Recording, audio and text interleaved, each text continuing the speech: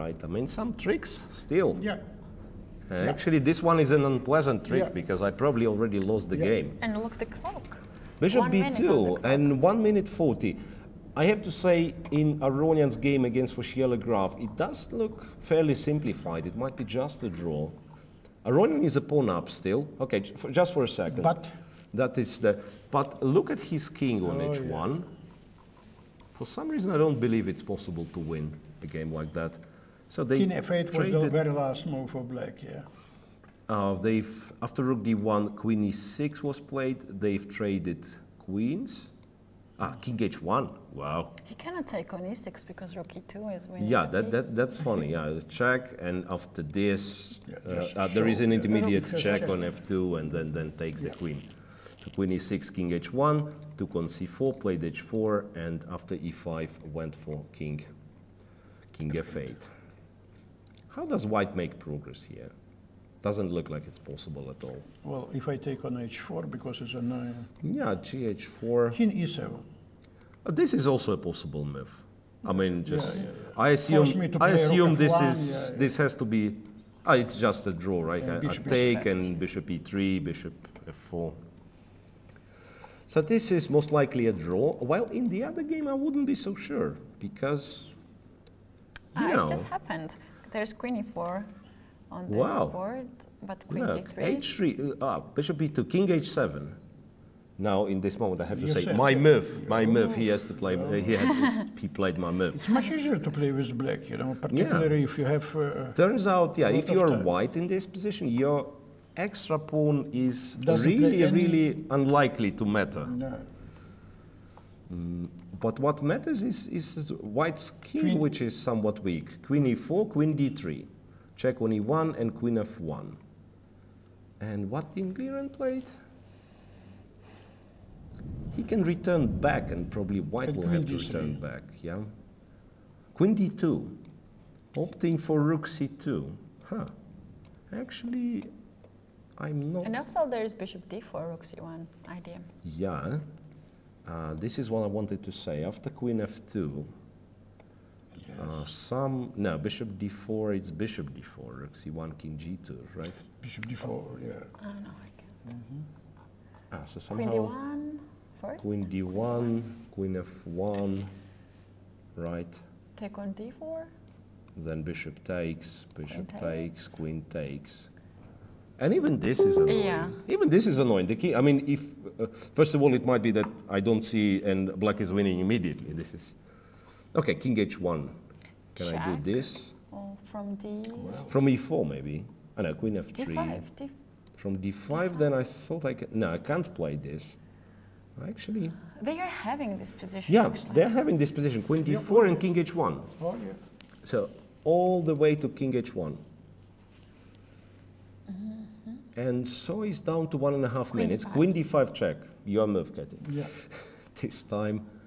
Yeah, but this game we've kind of predicted starting from, I don't know. Like endgame. I mean, a couple of checks and the game is over.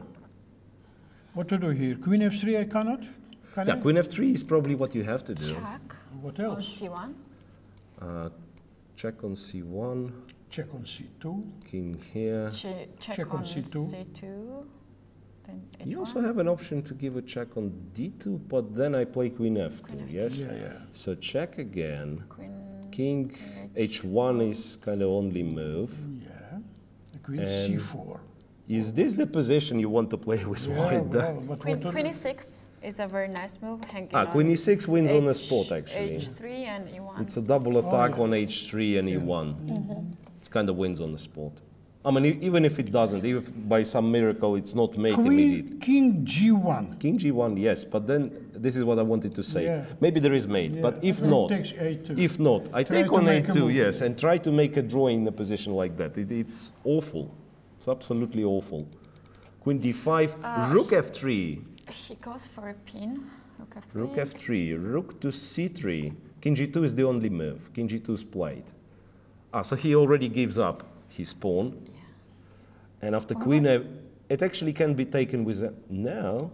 He goes queen c6. Queen c6. Wow. You cannot unpin at all because you're running out of moves. You're running out of moves. What the? Wow. Yeah. This is really cool. Lost. This is really cool because, yeah, white will not be able to unpin whatsoever. Well, he tries to play G4, but after H4... Yeah, G4, it's H4.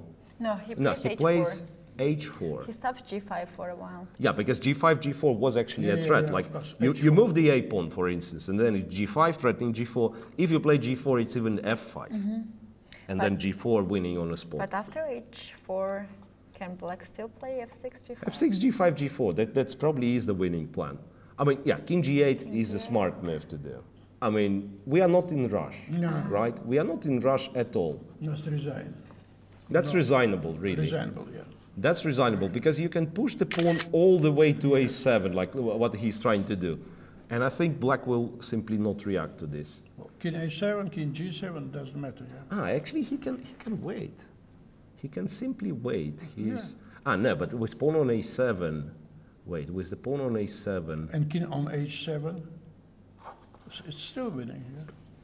There's no other way to win. Apart of F6 and G5. Looks like F6, G5 should be winning. Yeah. And Wesley here has 80 seconds. 18 seconds, yeah. 18 seconds, indeed. And Ding Liren have good 5 minutes to work out the winning plan. Yep. Well, Aronian seemingly will have an ending with pawn up, so the game is still not over. But I think, with rooks and opposite colored bishops. But it looks like it's going to be either a draw or a very long game. So if it's a draw, then we've already predicted this draw. If it's a long game, we will be back after this one, because this is exciting. I mean, looks like a very nice play by Ding Liren, and maybe Wesley SO misplayed something. We shall see, because we know he's a... But if he saves this one, then I don't know. I mean, it's a miracle already. I'm sorry. This is too much. Ding Liren is thinking, trying to... This is the very position. Yes. So he's trying to figure out the direct win. He goes for F6. F6 or F5? He moved the F pawn, but F6. F6. F6. Followed by, as we said, followed by G5, followed by G4. It's a very concrete threat, G5, G4. I don't see any... So it's like A5 pushed. G5. G5. Anything that we are missing out? King G7. He plays King G7. King G7, which is a little bit surprising. He goes to different, for the different plan. A5, King G7, A6. And check. Rook C2. What's that? So he always could win the queen, it means. And Rook C1? Sorry, he could always win the queen? Yeah. Oh, yeah. Really? Well, we completely missed this one. I mean, it's not only a pin. After this H4, he could already go here. Yeah. So what he didn't want to do is a check. Is actually winning this position, which must be winning, right? But he wants to avoid the pawn on F file. He wants to avoid even that. Why King G7 then? After F6, you can give a check. Not to give F pawn probably. F6, A5. Yeah, if you give a check, I go here, right? Rook C1, I can still take. So he's being practical. I mean, no doubt this is a winning position, but why to do this, right? Why to do this if he can keep the F6 pawn alive? King G1. Rook C1, right? Looks like it's Rook C1. I don't really understand what he's thinking. And this A pawn is gonna the A pawn drops, right? The A pawn drops. The A pawn drops, and then Ding Liren will take the lead. Yes, Rook C1. Rook takes F6 anyway. So it's not over. Now he will have to prove. Actually, it's definitely a winning position. Yes, absolutely. But he probably has blundered, because now I realize if this idea was on the board, why don't you play F5 if you want your pawn alive? That's right. Just play F5. White can't do anything. In this case, on check, he can play King H3. That's the reason. That's the trick. Because you don't have Queen E6 check. That's the reason. Absolutely. So why not simply G5 then? F6. A5, and and what about G5? No, G5 he takes. Wait a second, he takes and he has a No, it's a pin. Ah, it's a pin. The rook is not moving. I was to say he has a perpetual. No, he doesn't. No, and G4. He doesn't. It was completely winning. And G4 is the next move. G4 is Okay, now what we're gonna have, we have queen versus rook ending, which is, okay, absolutely winning, but at the same time, at the same time, we do have examples. I remember Peter Swidler didn't win against Boris Gelfand. Yes. Okay. And I don't think it was blitz, it was either rapid or maybe, don't believe a classical game, but rapid. Okay, so that's the position. How it happened, it was something like that, queen takes a6, and without much of maneuvering, he simply went g5 immediately, takes an h4, and h4. Actually, as far as I know, if you let white have something like this, it might be not a draw, but it's quite tough to win. Mm-hmm. I think so, yeah. I mean, it's rook is hovering here and there, and this h5 pawn almost does not matter. Is it this the game, yeah? No. In the game, he did a more clever thing. I mean, he played g5, he played h4 immediately. Yeah, definitely. So pawns got exchanged, that the position, no doubt it's completely winning for. This is the move of 57. 57, and last pawn had been taken on move 50.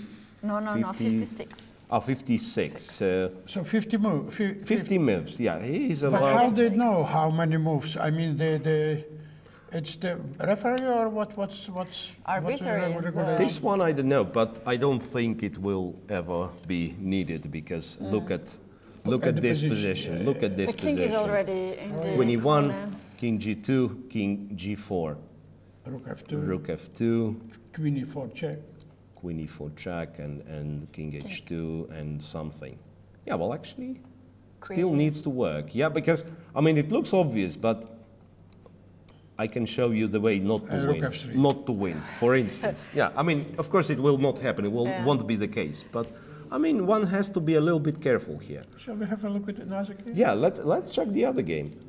We declared it to be drawish, but it developed into something like this.